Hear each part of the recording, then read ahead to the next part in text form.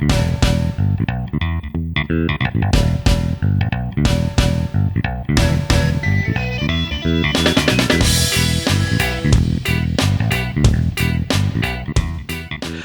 boys and girls. It is week 10 of the college football season and also week 10 of the Carla and Crappy Show. As I was looking at the schedule for this weekend, maybe the world's largest cocktail party aside, I could not help but notice the lack of the sort of top 25 matchups that we would normally discuss here on the Carla and Crappy Show. Is this a problem? No, not at all. All we need to do is get a hold of AJ, our group of five After Dark specialist, and dig into some of the G5 games on the docket this week. So AJ, for the first time this week, this season, is joining us live. How you doing? I'm great. I drove 7 hours today, so you got to be extra entertaining. I am. Thanks, caffeine. You're great. Carla, did you have to drive 7 hours today?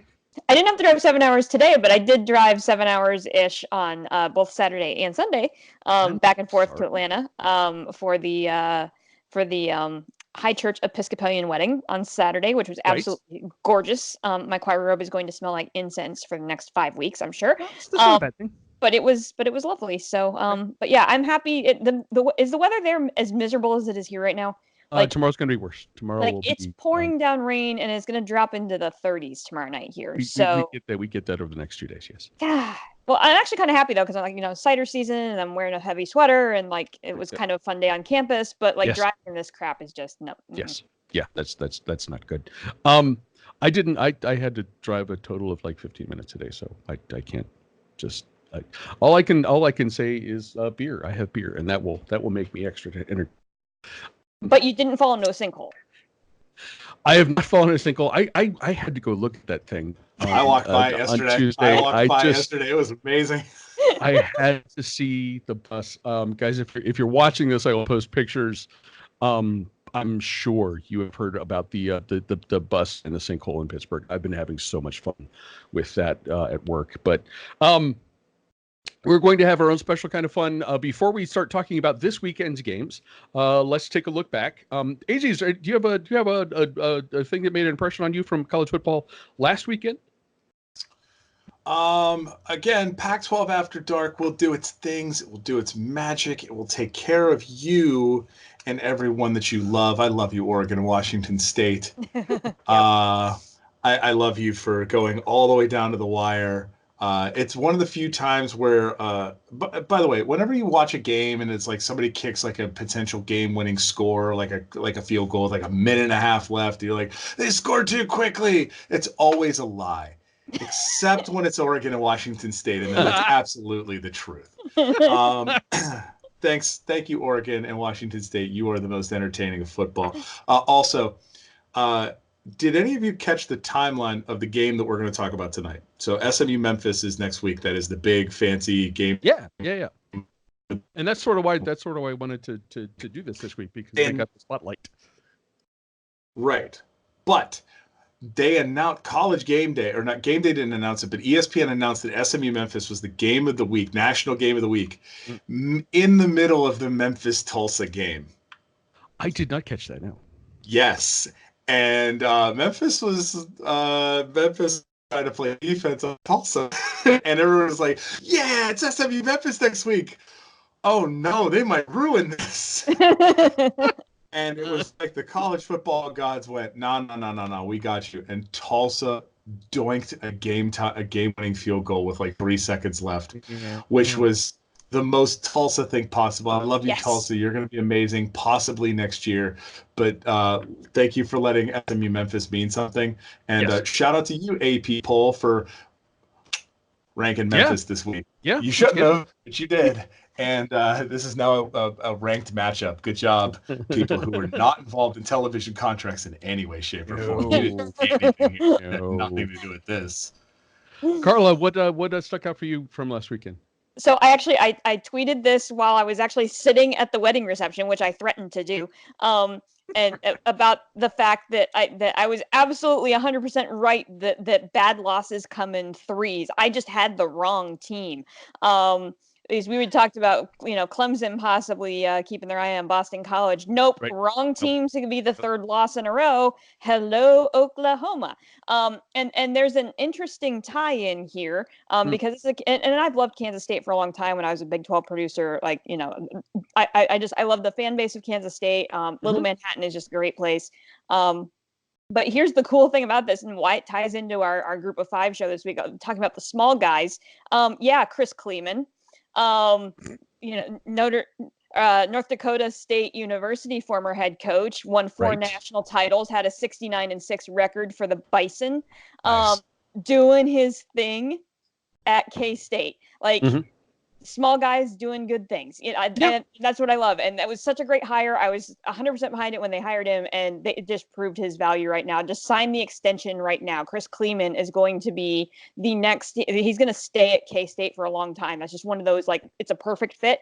And it just looks like they're just going to be there forever. And I have to do a shout out to App State because they became the first ranked Sun Belt team to actually win a game this week. So they've now won.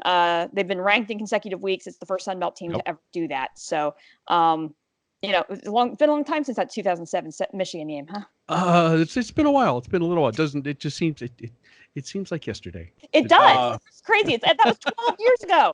A reminder that App State was not in the Sun Belt when that happened, kids. App State was FCS. No, that's true. Yes, they were. And I think that was actually back when they called it D1AA. I think that's correct. Yeah, and it was just for a point of clarification before people come for us in YouTube comments. Chris Kleeman was at North Dakota State. That is an FCS school as well. It is not a Group of Five school, so let's just make sure that you don't come for us in the comments. But they could be. They could Stay away. They could be competitive. That's a North Dakota State would wreck half of the G5. That's not even a question. Yeah. But they're smart and they stay in it because they like winning national titles. Yes. And that is what they do. Shout out to you, Idaho. If you'll indulge me, my Ohio State fandom for a second, and I think I'm going to make you do that since I had to sit through the nastiest rain game I've had to sit through for a while to watch Ohio State beat Wisconsin. I last weekend is sort of a demarcation point with the losses by Auburn, lost to Oklahoma. I'm comfortable in the sense that I think at this point Ohio State is relatively protected from any kind of weirdness happening behind it and getting overtaken. I think Ohio State, from this point forward, win out, conference championship, you're going to be in the Final Four. There's still potential. Maybe Georgia wins the SEC title game over whoever LSU, Alabama that's going to be. I think at this point, there's a comfort level. I'm good. Keep winning. Everything's going to be fine. Yeah, if OSU is undefeated and wins the Big Ten and looks as good as they have this year, there is zero chance that they get held out. Yeah. Period. Number one. Number two, you guys turn Wisconsin into their favorite food, sausage. We did, and I made bratwurst taste very quickly. Mm-hmm. I enjoyed them. It was great. I will say that Ohio State looked amazing. Many other teams have not. Penn State, do not sleep on the Gophers. They are coming for you now. I know. That's something when we'll get to talk about later. Let's go Minnesota. All right. Minnesota. Ooh. Obviously this week we don't need to we have a reprieve from the Jimmy Harbaugh unemployment watch. Although he did himself a little bit by thumping Notre Dame last weekend. Good job. You're 2-10 against top 10 teams, Jim. Good job. 2-10. You did it. We do need to mention briefly. Go ahead. I would also add, hey, Notre Dame, when the water falls from the sky, you don't throw the football. I don't know if you know how that works. I figured you would have learned that lesson when you played in a hurricane. But Brian Kelly, you're so purple. Did you guys catch like purple?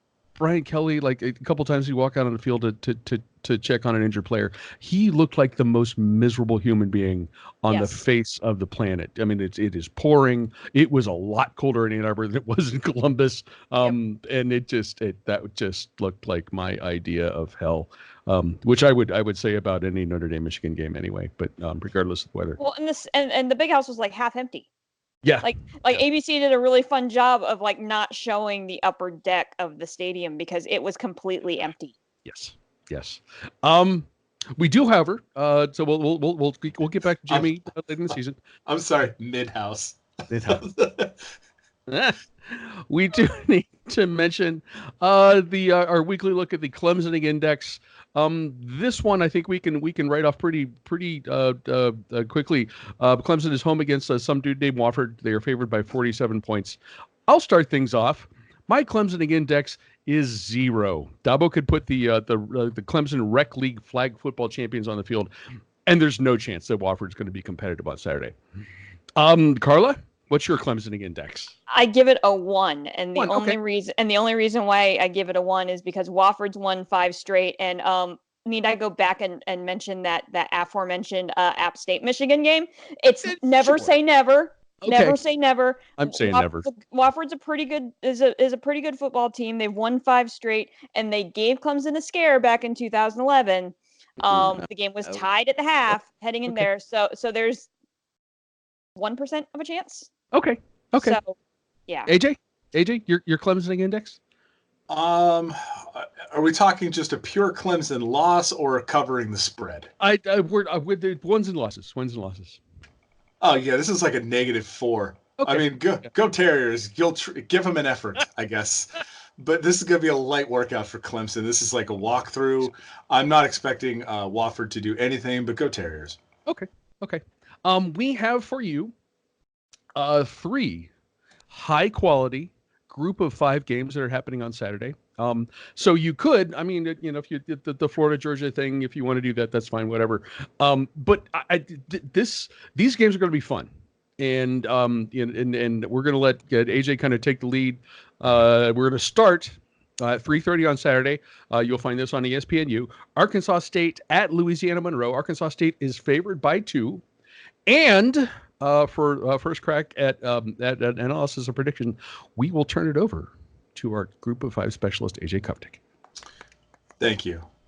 Spread on this game, Arkansas State favored by 1.5. So this is basically a pick'em game. As my current numbers say, 1.5. Yeah, that's these 2 teams score points and don't play defense. I don't know if you need any more fun. This is mindless entertainment. Both teams are allowing over 35 points per game on defense. So I expect this to be a real pew-pew shoot-'em-up. Both teams are averaging. Look at that's impressive, dear Fun Belt. I love you. Both teams are averaging giving up 500 yards a game. Yep. That's just spectacular. Both teams are averaging 427 yards of offense. This is going to be super duper fun. I expect this game to end somewhere in the range of 55 to 54 or something like that. Over-under on this is 68. Okay. Take the over. Okay. So take the over. Hammer. I think that's good advice for all 3 of our games today, maybe. Probably. Not 2 team defense, so I would expect this to just be super duper fun. Monroe has a better rushing attack, a more balanced attack. Arkansas State throws. I believe they are off of the air raid tree a little bit, so I would expect this to be a very, very fun, high scoring game. Just turn this on in the afternoon, put on some hot dogs, and just enjoy this. Yes. Do you have thought about who's going to win this one? I feel like this is Arkansas State. Okay. I'm just going to go with it. They are. I do believe that they are the better team here. I'm just going to take Arkansas State. Go Red Wolves. Okay. Carla, what do you think? Well, I'm with AJ on this one. I'm going to take Arkansas State for the pure reason of the fact that the rival site for Arkansas State I helped launch. So I've got some personal ties here, and got to know some of the fan base out in Arkansas there. So I like the Red Wolves. AJ kind of took a lot of the stuff that I was going to say, and I was going to borrow your term and say this was going to get pointsy real fast. Yes. And that's, and it is, because neither team plays defense. This is like the Big 12 wannabe game, which is appropriate because they're in neighboring states to the Big 12. Louisiana-Monroe has lost 9 straight in the series. So that's another tick for the Red Wolves. I found an interesting article today, not to make this all serious, but I found a really interesting article today in the Monroe News Star, of all places. Okay. Is what happens when you type in game preview for this, and you end up with these small newspapers, which is awesome because we came from a small newspaper. So hey, support journalism, support these beat writers. They do this at week in and week out. No one reads them, but we love you guys. And this was actually a really great story because it had nothing to do with the game and everything to do with the way that these two schools have treated athletics over the last 10 years, particularly since the streak started when Arkansas State started rattling off 9 straight. During that time period, starting in 2005, Arkansas State's, and this is by Adam Hunsucker of the Monroe News Star. I need to credit the guy who actually did all the work. $9.2 million was the budget for all athletics at Arkansas State in 2005. In 2018, it's now $40 million. They have gone all in. They are the number. They've invested the most of any Fun Belt team. Arkansas State has gone all in improving their facilities. Louisiana-Monroe right now is at about 16-ish million. So the whole discrepancy here, and that's what's interesting about this Group of 5 stuff, right? And FCS and like the amount of money in the schools makes a difference. And the amount that they're investing. A former ULM player is quoted as saying they have more in the toolbox than we do. Okay. Which is real, it's an interesting side story in all of this kind of stuff. Also worth noting that Hugh Freeze, Gus Malzahn, and Brian Harsin all coached for 1 year at Arkansas State. So this has become a hotbed for coaching launches for coordinators that are going to become decent head coaches. They pass through Arkansas State. So, Red Wolves win this game. Sorry to fall down a tangent there, but I just found that really interesting. Kudos to Adam Sucker for tracking all that down. It was a really, really good read. I highly recommend. Can I throw one little tidbit of information out there? So Arkansas State's entire athletics budget is $40 million. Yeah. Right? All right. So the Big Ten TV revenue distribution deal, this is as of last year. Each school, this includes Rutgers, gets $51 million per year out of this TV contract. Good job, Jim Delaney. You're getting people paid out here, especially schools that have such illustrious Big Ten careers as Rutgers and Maryland. Yep. Long-time Big Ten school, Maryland. Yes. Sorry, JD. This is why you watch Group of 5 football, because you have coaches and you have teams that have to make the most with the least. Yep. Right. You have schools that are saying, like, I was actually just listening to a podcast they played, buddy. Go listen to them. They do a lot of really great digging in on coaches and coaches' salaries and that sort of thing. Stephen Godwin's great. And they were talking about the salary of the head coach in this is in the CUSA. And they were talking about how one of the coaches that it was Old Dominion. Okay. And they were talking about how the coach of Old Dominion makes $600,000 a year. Right?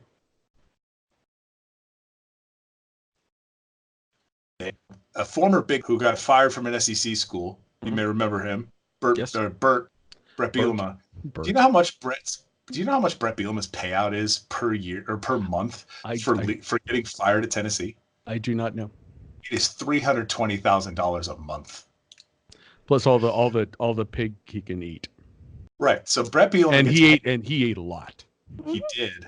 So Brett Bielema got fired from Arkansas and is paid $320,000 a month. Yes. While I'm going to blank on his name, the coach at ODU is getting $600,000 for the entire year.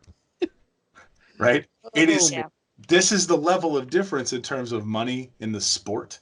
It happens very quickly, even at the same level where everybody is competing for the national championship. Right. So I think this is where, like, why you watch Group of Five football is to see how schemes and talent is utilized to make better things. And maybe it involves not playing defense and trying to outscore the other team, which Arkansas State and Fun Row. That is absolutely why it's fun. This one I think is going to be a good example of that. I'm curious to see Lane Hatcher, the quarterback from Arkansas State, who is a transfer from Alabama. He did not start the season as the number one quarterback. But his first game a few weeks ago as a starter, threw for 400 plus yards, 4 TDs, and a couple of interceptions. That was a game against Troy, which they won pretty handily. Monroe's more balanced on offense. AJ, you referenced that. They're way better at running the ball. Josh Johnson he's built like a fire hydrant. He's basically a cube, and he's approaching 800 yards rushing. And I think what's going to happen is the home team feeds him a steady diet of footballs, and Monroe upsets Arkansas State for the first time that'll be the first time in a decade. Is that what you said, Carl? First time in a decade, and it's their homecoming game. Calling it right now. Oh, on homecoming too. It's Calling their it right homecoming. Yep. Do it for the alumni. I'm sorry, it's in Monroe, Louisiana. The alumni. Yes. I love you, Louisiana. I do. At 7:30, the game we mentioned before. It's on ABC. The Fowler and Herb Street, the whole thing. The game that got me thinking about doing an all Group of Five After Dark show. Number 15 SMU at number 24 Memphis. Memphis is favored by 5.5. So think what you think of those rankings, but the Tigers are the favorites going in. AJ, what do you think? We need to celebrate Southern Methodist University. Yes. I agree. Hashtag Coke Ponies. We're here. All right. It is incredible that they're undefeated. Sonny Dykes is just letting Shane Buechele. So let's talk about a couple things. Number one, they get a transfer quarterback. They get Shane Buechele out of Texas. You may remember his name. So if you see him, same guy. He basically lost the starting job to Sam Ehlinger. So Shane Buechele's come down to SMU. Didn't have to go far from Austin up to Dallas, and they're just letting him throw.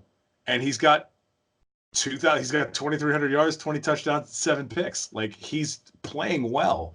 Yeah.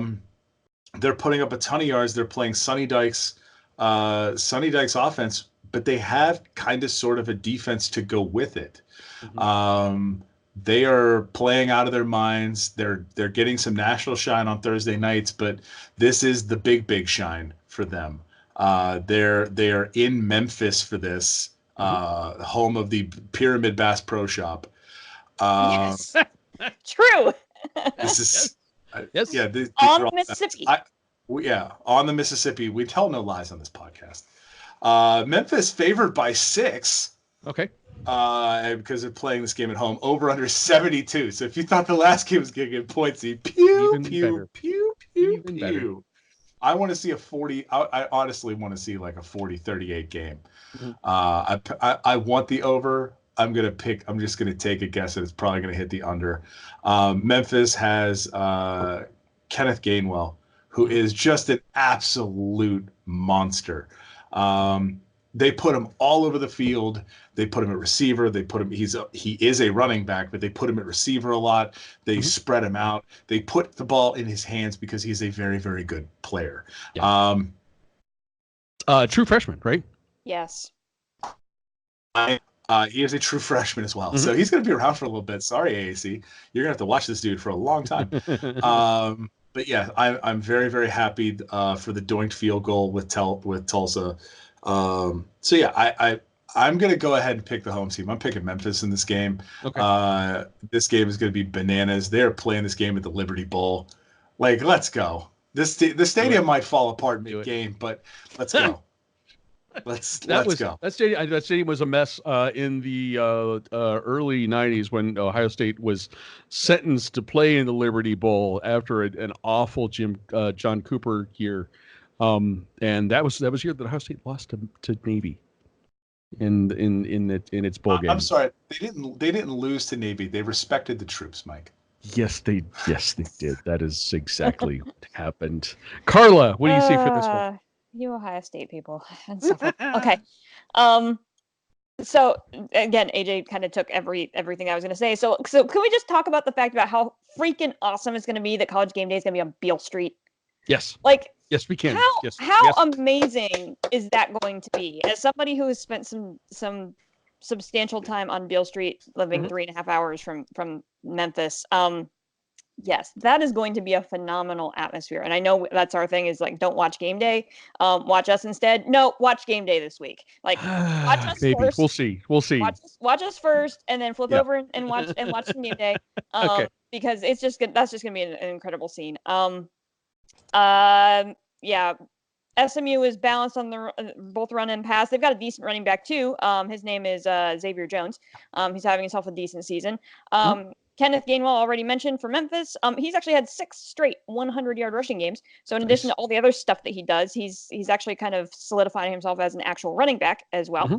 The thing that I love about the Tulsa game last week, the Memphis Tulsa game, is the game notes for this week for Memphis for this game. Actually, the SID in the beginning of his game notes listed last week as a quote fortunate break. Even the SID for Memphis knows that they got ridiculously lucky with the doink. Level of honesty there that's admirable. That's nice. It is. I'm picking with my heart here, even though I live in the great state of Tennessee. I think the show ponies win this game. Okay. I like the arm of Shane Buechele. I like the fact that he's been in this type of situation before under the spotlight on a Saturday night on ABC. He knows how to handle that. I trust the experience, right? And I know that Gainwell is a stud, but he's a true freshman playing for the first time under the big lights. So I'm gonna go Mustangs win this game, and this is for all of my fellowship friends who graduated from Perkins, who are all SMU grads. I'm picking you. Go Ponies. I do want to add in here that both teams have already played Tulsa this year. Obviously, Memphis gets away on a doink. Tulsa took SMU to 3 OTs. 3 overtimes. Yep. So sleep on Tulsa at your own peril this year. They're 2-5, but they will bite your ankles real strong. So the lesson here is that we're going to be talking about Tulsa next season. That's what I'm hearing, right? I would like us to all talk about Tulsa next season. Okay. I don't know if we actually will, but I would love for everybody to talk about Tulsa next season. Okay. The youngsters who listen or watch this podcast may recall Eric Dickerson as an NFL Hall of Famer who had the rec specs. Craig James as a college football broadcaster until he went kind of nuts with his political views and a completely bizarre spat with Mike Leach. I am old enough to remember actually watching Southwest Conference games and seeing SMU absolutely destroy opponents in the early 80s with those two guys in particular, like switching possessions at tailback. It was ridiculous. Unfortunately, they were also among the players who accepted a whole bunch of goodies to come to Dallas. And the remarkable thing about the season that SMU is having now is it honestly, it has taken that long. It has taken from the early 80s until now for that program to get back to a point where, we're number 15 program in the country. The Mustangs are not led by a pair of running backs who have fancier cars than they can afford, but by Shane Buechele. We've talked about him already. I have seen highlights of Kenneth Gainwell, and I am so impressed. He averages 7 yards every time he takes a pitch or gets a handoff. I'm thinking I know there's experience here, and that's a thing to consider, especially if you're looking at SMU to win this game. I just feel like this is a party that Memphis is not going to lose. They got a break to get to this point, to get to this game, and it's a chance for them to make up for their one loss, which is against Temple, and we've mentioned them also earlier this season, and do it on the biggest stage possible. So I'm taking Memphis to win this one. Our final game. This is the most Group of Five After Dark matchup possible. At midnight on Sunday, and this is in Honolulu. So I think if I do the math correctly, that's actually like 10 p.m. Friday night. Does that translate? Is that no? I believe it is. 4 p.m. Thursday is when this game is actually being played. There's a lot of algebra there, and I was never really. I believe it is. I believe it is a 6 p.m. game. The other awesome thing about this, as far as we know, it's not televised, but it's going to be streamed on Facebook. It is 100% streamed on Facebook. I'm sorry, by the way, it is it is a 6-hour offset, so it is a 6 p.m. game 6 p.m. in Hawaii. Okay. We're talking about Fresno State at Hawaii. Yes. Rainbow Warriors are on the island. This game is on favored by 2. This game will be on Facebook, so you will have to give up your personal data to see this game. It's going to be worth it, though. It's going to be worth it because you get to see Cole McDonald living his best life on the Big Island. Listen, Cole McDonald. AJ, just go. You do it.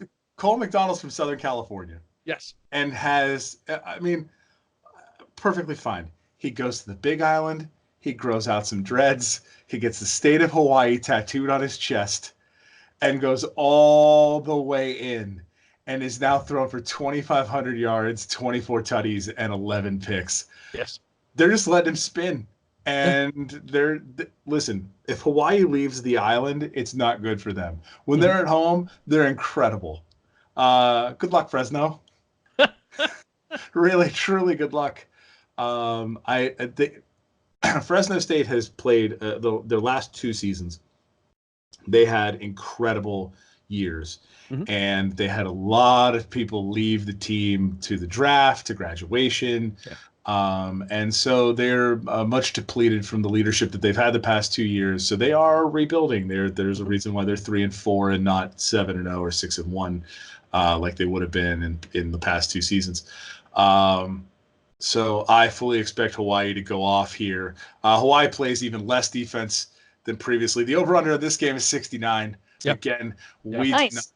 We are not picking pretty consistent level for all 3 of these. Yes, it's a very nice over under, and we're not playing games here. You're gonna watch pew football this weekend. I'm sorry, we're not watching anybody play Michigan State in the rain this weekend. Yeah. No, don't do that. Go watch something else. You can live better lives. You can enjoy things more. You don't have to stare at brutalism, the football team.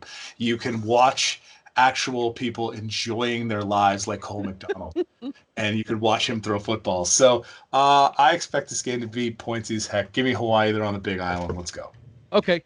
Thank you, Reverend Kuftik, for that sermon. Carla, what do you think? The only name I wrote down was Cole McDonald because, who else do we care about in this game? He's the number 4 passer in the country behind names that you've actually heard of: Anthony Gordon, Joe Burrow, and Brock Purdy. I know this guy. And Anthony, and we could talk all day about Anthony Gordon because what's he put up, like 800 yards a game almost. Yes. So Cole McDonald is keeping good company. I like Hawaii at home is great. Fresno's just had an up and down year, just like AJ said, they're rebuilding. Although it is worth noting that Minnesota needed double overtime to beat Fresno. Okay. So Fresno does have some metal when it decides it wants to have some metal. But Hawaii at home. Okay. Rainbow Warriors. Yep.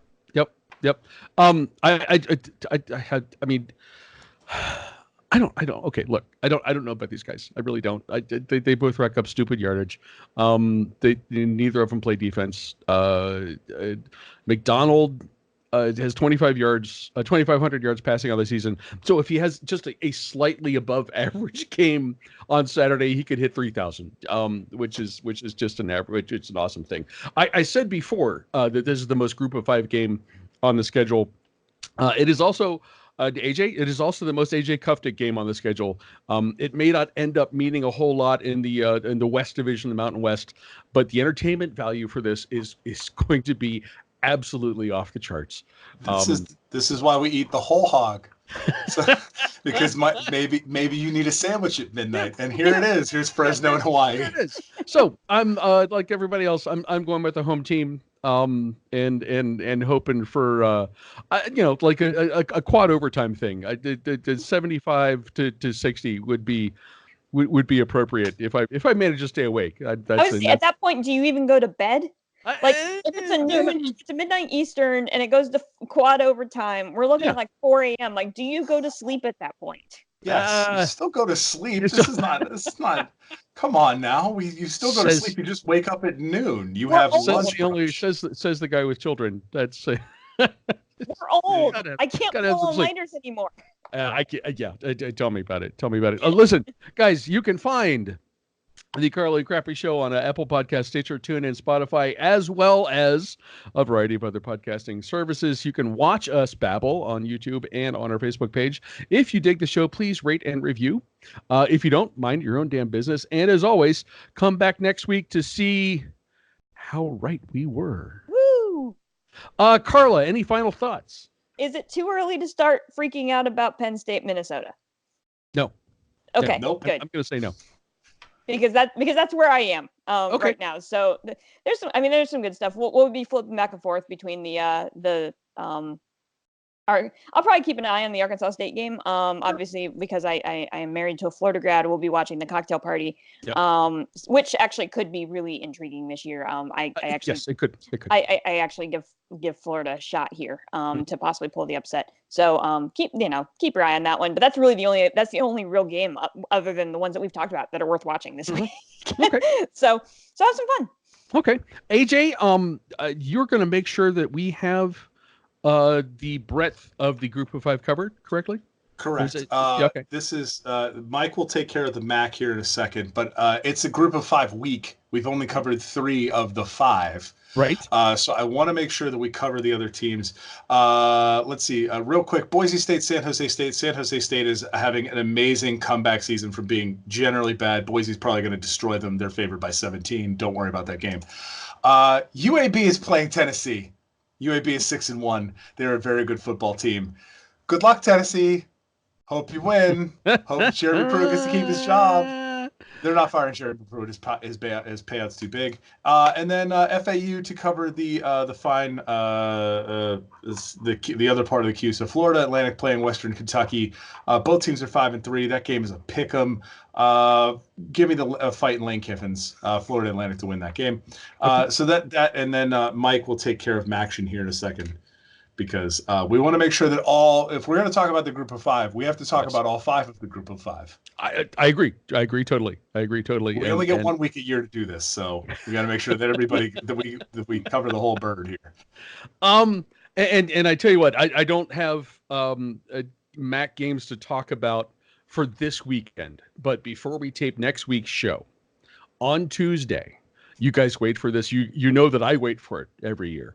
On Tuesday, it's the official start of weekday Maction. Woo! And this goes through the rest of the regular season, boys and girls. On Tuesday, you have Kent at Toledo. You have Ball State at Western Michigan. And then you see I've got my gigantic OU hoodie on. I am sweating upstairs in my office just so I can mention Wednesday night's game, the Miami Foreskins at my Ohio University Bobcats. It is this, and seriously, that is the Group of 5 After Dark game that I look forward to the most every single year. And you guys know exactly what I'm going to be doing on Wednesday evening. That is we're down to the best part of the Group of 5 After Dark, and that is like MAC football on Tuesday and Wednesdays. It's just the greatest thing ever. Yes, it is. Guys, AJ, thank you for helping us out this week. Carla, thank you once again. Yep. We hope you guys enjoy the cocktail party down there in your house, and I hope David's happy with the results. We'll see. He's like, whatever. He's a journalist. He doesn't care. I know. This is why I would never be a sports journalist, because I do care. Ladies and gentlemen, thank you so much for watching and listening. Enjoy this weekend's Group of Five After Dark, Before Dark, After Dark games, and we will see you back here next week. Cheers, y'all. Cheers.